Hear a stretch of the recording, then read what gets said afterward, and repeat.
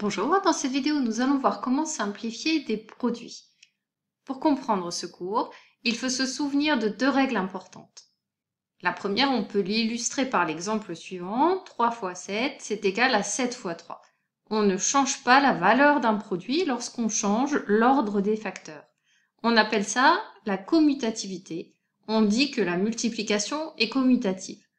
Donc lorsque j'ai une suite de multiplication, je peux tout à fait changer l'ordre des facteurs, je ne changerai pas la valeur du produit. La deuxième règle, on peut l'illustrer sur cet exemple. 2 multiplié par 5 fois 3, c'est égal à 2 fois 15 et donc c'est égal à 30.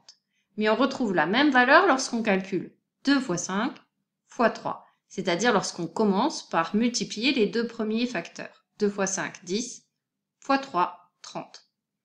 On dit que la multiplication est associative. Pour calculer le produit, on peut associer ensemble différents termes. C'est grâce à ces deux règles que l'on a l'habitude de calculer astucieusement des produits. Et elles ont toute leur importance lorsqu'on travaille en calcul littéral. Pour simplifier les écritures de ces produits, on va faire appel à ces deux règles. Pour simplifier l'écriture de l'expression littérale A, qui est égale à 5 fois y fois 2, on va commencer par se servir de la commutativité pour faire venir le facteur 2 à côté du facteur 5. On va dire que c'est égal à 5 fois 2 fois y. Et maintenant, on se sert de l'associativité. On va commencer par calculer 5 fois 2. 5 fois 2, ça fait 10. Cette expression est donc égale à 10 fois y. Et on sait que dans une expression littérale, on n'est pas obligé d'écrire le symbole de multiplication entre un nombre et une lettre. Donc A est égal à 10y. Pour simplifier l'expression littérale B, je vais commencer par changer l'ordre des facteurs de façon à regrouper les nombres ensemble et les lettres ensemble.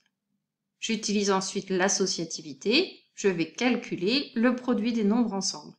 2 fois 6, 12, B est donc égal à 12 fois x fois y, et pour dernière simplification, je vais simplement enlever les symboles de la multiplication, ça me donne 12xy.